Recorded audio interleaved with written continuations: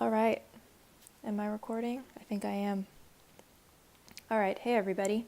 It's been a long time since I released a podcast, or probably since most of you have heard from me. I've taken a long break from Instagram, the podcast, and really anything online or social media related. Just been kind of taking a break to meditate, write, think, kind of revamp myself and my brand. And I have a bunch of new projects and ideas, so that's great. They will be coming forward soon, so look out for an update from me in regards to that. I'm working on some things I'm very excited about, so look forward to that. But I wanted to come on today to talk about a scenario, well, I guess a series of scenarios that led to a realization, just yet another realization of ignorance. It's so interesting in life. Ignorance is something I seem to keep, I guess you could say, running away from or running toward, depending on how you look at it. I'm so scared of what I don't know, so I often try to hone in on what I do know, but in an overcompensating way. And I just try to push to dig and figure out my emotions and my relationships and everything to a point that it just kind of runs me into the ground. And this concept of ignorance, it always unfolds in mysterious ways in my life. So one in particular happened today that I felt called to share. So here I go with that story. I get panic attacks. I've gotten them, for probably 3 years now, consciously. And at first, when I was getting them, it was not something I was aware of. This was after a medical incident that I talk about frequently in my videos and posts. But right after a traumatic medical incident happened to me in early 2015, I really started micromanaging my body after that incident. And I was getting these episodes that I would call where I felt like I was going crazy. And I felt like I was just losing my mind. My body would take over. I had no control, and I didn't know what they were. But I continued to have them and just, live with them in ignorance. And then I started doing my own research and realized that they were panic attacks. So I went from not knowing what they were at all to becoming conscious to the idea of what they were and the fact that I had them. So that was a step up. So at this point, I basically was like, okay, I have these things called panic attacks, and I have no idea of what their triggers are. They appear to come out of nowhere, out of the blue. I could be outside with someone. I could be inside, with my dog. I could be sleeping in the middle of the night. There was just no clear trigger as to why they were happening. So I started to live my life in more and more fear. I started to anticipate them all the time, so much that I would be so afraid to leave my house, and leaving my house would send me into a panic attack because I would be fearing the panic attack. It was a horrible cycle. And but I never really honed in on the trigger of what was causing them. And I intuitively, and just using some simple reason, could figure out that these things had causes, and they didn't just happen out of the blue. But I suppose when your mind is just so wrapped up into that, it doesn't even matter. Even if you think that they're just so scary that you're just constantly on guard against them all the time. But what I started to do some research about what panic attacks were and the things that could help them. And so many signs pointed to diet and certain trigger foods and sugar and dairy and gluten and, stress management and meditating more, using CBD or cannabis to help the nervous system and the vagus nerve and all this stuff. So I basically overhauled my life and changed a bunch of things, transformed my diet, transformed my stress management techniques, and the panic attacks started to become less frequent. And they still came and went, but they were just less and less and less and less and less. So I just made a connection with that something was working from my lifestyle change, and eventually they would just dwindle down to nothing. That was the assumption that I made with the lifestyle changes. So I was operating from a stance of, I don't really know what's working, but something is working because I'm not getting these as much. They're few and farther between. So just keep going, Ashley, and they're going to get less and less and less, which they did. And now I get about one per month or so, sometimes a bit more frequently than that, and other times a bit less than that. Just kind of depends on, I guess, what's going on around me. But today, something interesting happened that it just once again changed my awareness on panic attacks and what caused them. So I took a good amount of CBD today, and sometimes when I take CBD a little bit more than my body needs, I get that really relaxed head feeling, almost like a head high. Now, CBD is non-psychoactive, but the absence of stress and your normal reins of control that you exert on your life can sometimes feel like a high, at least to me. And so sometimes I will call my CBD sessions, sometimes I'll feel high from them, and but it's kind of a CBD high, not a THC high, two different things. But anyway, I was feeling that earlier.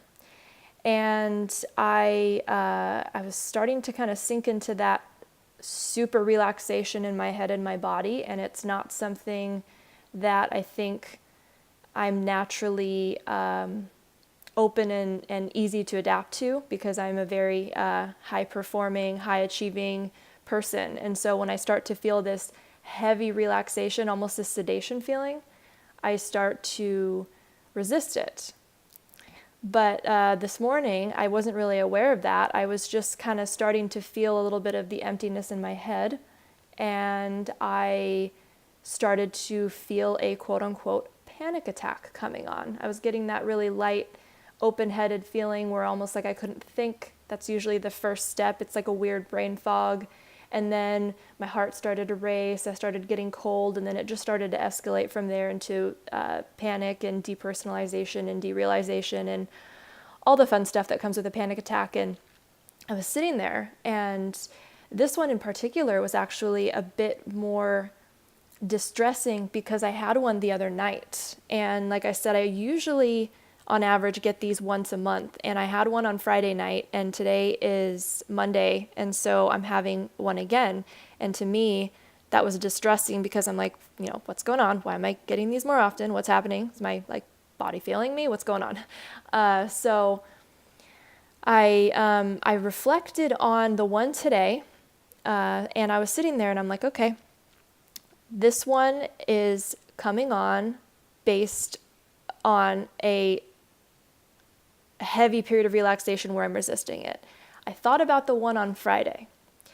And the one on Friday was very interesting because I've been eating a diet basically of meat and vegetables only. I'm not trying to be in ketosis, but I have a hunch that I've been in ketosis for a couple of weeks. And so I really have not been eating anything other than meat and vegetables and maybe some occasional fruits. And so I've been eating once a day and just drinking some vegetable juice in the morning, some celery juice, and sometimes some kale and spinach. So I've been really eating very light, very clean, lots of water, and I just think that my body's really sensitive right now because I've been really cleaning it out. And so on Friday night, we were craving Indian food, and I made with my mom this paleo butter chicken dish and some rice. And I haven't had rice in so long. And we also made some paleo ice cream sandwiches. We get we get this ice cream that's paleo from Whole Foods, and then we get these cookies, or we make these cookies, from walnut butter. And so on Friday night, I had this really heavy meal with rice, and then I had some ice cream sandwiches. Like I said, I normally don't have anything near the volume of that meal, nor the sugar levels or the carb levels. And so I had this large meal, and after the meal on Friday night, I started feeling really relaxed, like almost like that blood sugar spike feeling, that food coma feeling. And I don't feel that feeling anymore when I eat because like I said, I've been eating so clean. And so I don't get those blood sugar spikes. And so I got this blood sugar spike on Friday night, and then I started to feel so relaxed, almost to the point where I couldn't do anything. And that empty head sort of spacey feeling, and then boom, trigger again for a panic attack.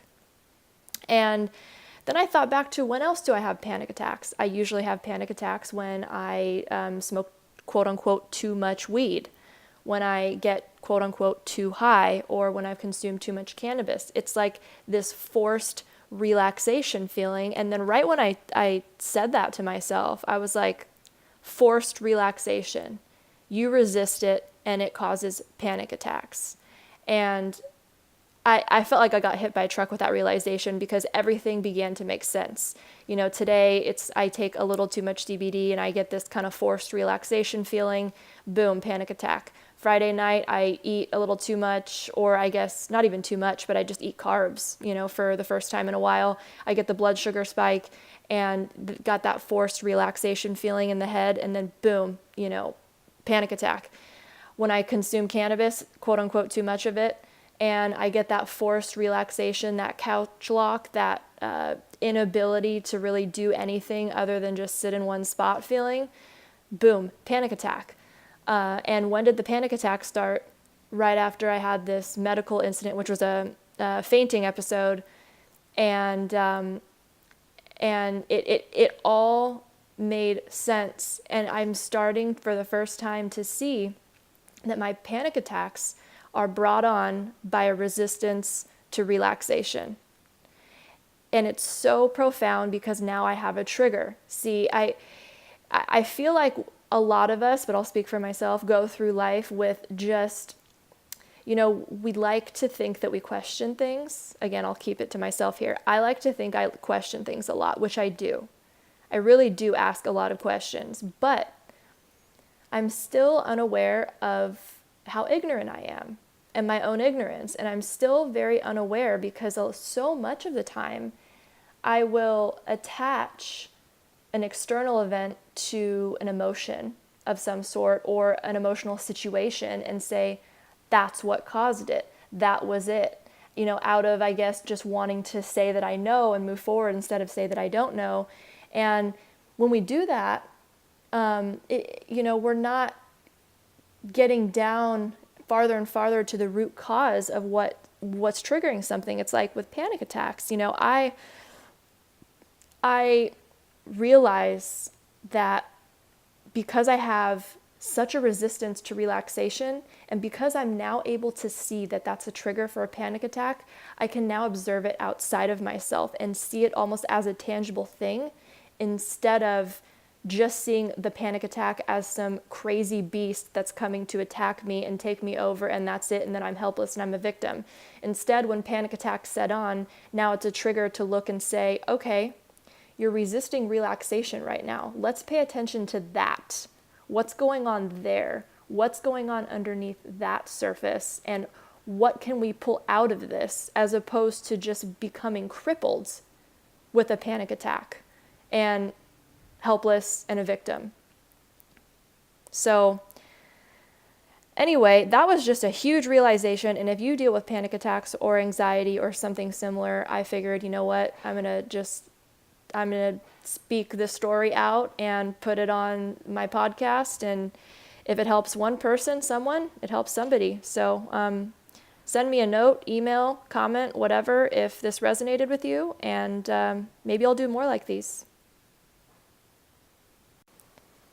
About 4 hours or so has now, I guess 4, maybe like 5 or 6. Yeah, more like 5 or 6. 5 or 6 hours have passed now since I recorded that last little snippet, and I've just been mulling over this idea of forced relaxation, and I'm actually thinking it's beyond that. Now that I've analyzed a bit further, I'm thinking that my panic attacks come about when any change in my body symptoms or state of my body feels like it's forced upon me. So not even just relaxation, but if my stomach feels a little sick, or if I feel a panic attack coming on, like I mentioned, or if I feel relaxed, if I feel pressure, anything that feels a change that feels rapid and out of my control, that will send me into a panic. And most of the time it has to do with body symptoms. So I was reflecting on past panic attacks, and when I drank coffee for the first time in a while, the different body sensations that brought, that sent me into a panic attack, actually a whole day of them. And I drank a tea one night. It's like a sleepy time, bedtime tea with valerian, poppy, California poppy seed, and a bunch of other herbs that are really strong sedatives and relax you. And that sent me into a panic attack. And then I mentioned the examples previously with when I consume cannabis sometimes, when I take high amounts of CBD, when I had that food experience the other day with the blood sugar spike and feeling that sort of food coma feeling. I've had it in the past when I maybe ate something that didn't agree with me and then I have like diarrhea all day or something. It's like these forced body sensations that seem out of my control. It's like my body's almost, I sense it, or I view it as like my body's trying to attack me in a weird way. And I've been meditating on this all day and basically doing nothing but just sitting here with myself in solitude for the past, 5 or 6 hours or so, trying to dive inside. And what keeps coming up is that I'm resisting my body. I'm resisting it very intensely, and I'm not just allowing things to come and go. I have this false illusion that I have control over my body, and that's what brings about the panic attacks. And it's so important, I think, to look at trends in our behavior, and that's what I was mentioning in the last clip I did, is that we so often will just, have a little, like, let's just say if I were to have a panic attack or something, and I just say, oh, it's just the food I ate, or it's just this, or maybe it came out of nowhere, maybe I'm just stressed. I used to think they were just stress all the time, just a bunch of stress that piled up, and boom, panic attack, and I need to learn how to manage stress better. And that was all I said. But instead, when we look at ourselves and our patterns, and especially our patterns that are not serving us in a way that we would hope, we look at those and you start to look at trends.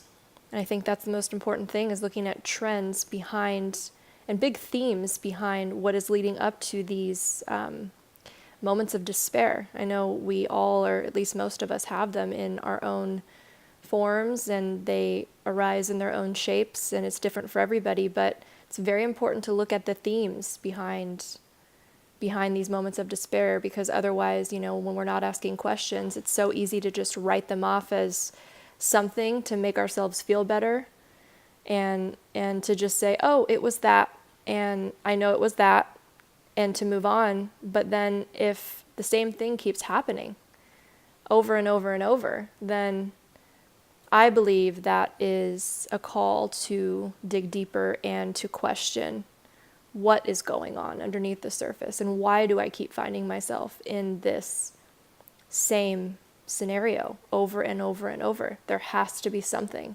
I don't believe most things come out of the blue. All right, well, those are my additional thoughts. I don't know that if I'll have any others, but thought that was important to add to the last little clip to kind of drive the point home, since I've gathered new information since I recorded that last bit. So anyway, it's kind of cool to just record my thoughts like this, and like I said, maybe I will do more of these.